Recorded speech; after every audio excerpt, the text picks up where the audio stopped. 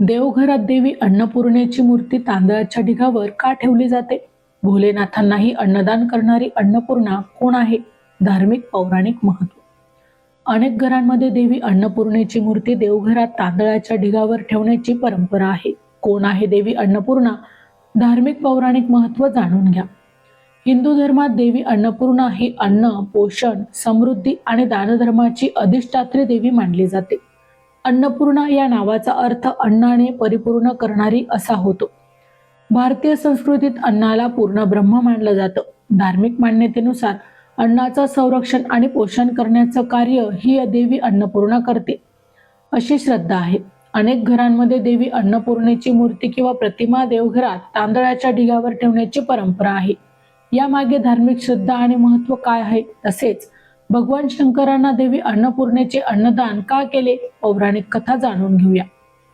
जानेवारी ते डिसेंबर 2026 चे मेष ते मीन राशींचे वार्षिक राशी भविष्य तसेच 2026 वर्षात घडणाऱ्या घटनांचे मासिक व साप्ताहिक भविष्यवाक्य विषयक व्हिडिओ पाहण्यासाठी डिस्क्रिप्शन मध्ये दिलेल्या लिंकवर क्लिक करा.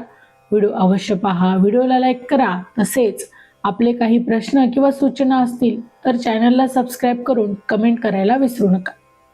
देवी अन्नपूर्णतेची मूर्ती तांदळावर ठेवणे म्हणजे आपल्या भारतीय संस्कृतीत तांदूळ हा पवित्र, सात्विक आणि समृद्धीचं प्रतीक मानला जातो. पूजा, यज्ञ, विवाह, गृहप्रवेश यांसारख्या शुभ कार्यांमध्ये अक्षता म्हणजे तांदूळ वापरण्याची प्रथा आहे. धार्मिक मान्यतेनुसार देवी अन्नपूर्णेची मूर्ती तांदळावर ठेवणे म्हणजे घरात अन्नधान्याची कधीही कमतरता भासू नये आणि देवीची कृपा कायम राहावी अशी असते. जेव्हा तुम्ही देवी अन्नपूर्णेचे भगवान शिवांना शिक्षा म्हणून अन्न दिले, पौराणिक कथेनुसार भगवान शिवांनी एकदा संसार आणि अन्न यांना माया म्हटलं. त्यानंतर देवी पार्वती अन्नपूर्णेच्या रूपात काशीमध्ये प्रकट झाल्या आणि त्यांनी भगवान शिवांनाच भिक्षा म्हणून अन्न दिलं. या कथेतून अन्नाचं महत्व, त्यांचा आदर आणि प्रत्येक जीवाच्या उदरनिर्वाहासाठी त्याची आवश्यकता अधोरेखित केली जाते. अन्न हे जीवनाचे अधिक मोठे सार आणि त्याचा आदर करणे आवश्यक आहे हा संदेश दिला जातो.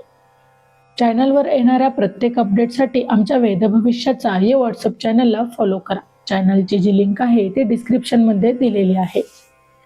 देवी अन्नपूर्णेची मूर्ती तांदळावर कशी स्थापन करायची? पारंपरिक पद्धत जाणून घ्या. देवघर स्वच्छ करून पूजा करण्यासाठी शुभ वेळ निवडा. एक ताट स्वच्छ पितळी किंवा तांब्याचे तामण घ्या. त्यामध्ये स्वच्छ अखंड तांदळाचा छोटा ढीग करा. त्या तांदळाच्या ढिगावर देवी अन्नपूर्णा मातेची मूर्ती आणि फोटो हा स्थिरपणे ठेवा. नैवेद्य म्हणून तुम्ही शिजवलेला भात, दूध, तूप, साखर, खीर, गूळ किंवा इतर सात्विक पदार्थ आपण अर्पण करू शकता. दीप आणि अगरबत्ती लावून देवी अन्नपूर्णतेची आरती करावी व प्रार्थना करावी. शक्य असल्यास ओम अन्नपूर्णाय नमः या मंत्राचा 11, 21 किंवा 108 वेळा जप करा. तांदळाच्या अन्नपूर्णा देवीची स्थापना केल्याने धार्मिक श्रद्धा काय राहते? घरात अन्नधान्याची भरभराट होते. अन्नाचा अपयोग टाळण्यासाठी भावना निर्माण होते. सुख, समाधान आणि समृद्धी देखील येते. कुटुंबावर देवीची कृपा राहते अशी मान्यता आहे. स्थापना करताना लक्षात ठेवा अशा गोष्टी: तांदूळ स्वच्छ आणि अखंडच असावेत. मूर्ती तांदळावर स्थिर राहील याची मात्र काळजी घ्या. वेळोवेळी तांदूळ बदलून ते अन्न म्हणून वापरा किंवा गरजूंना दान करा. त्याचा अपयोग करू नका. देवघर आणि मूर्ती ही नियमित स्वच्छ ठेवा. अन्नाचा आदर करणं आणि शक्य असल्यास अन्नदान करणं हे देवी अन्नपूर्णेच्या उपासनेचा महत्त्वाचा भाग मानला जातो. देवी अन्नपूर्णेची पूजा करताना अन्नाबद्दल कृतज्ञता व्यक्त करणे आणि गरजूंना अन्नदान करणे हे विशेष पुण्यकारक मानलं जातं.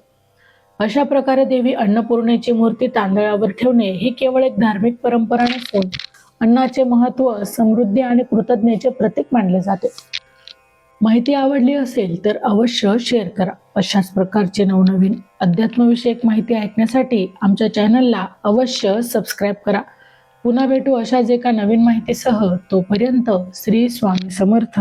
जय जय स्वामी समर्थ.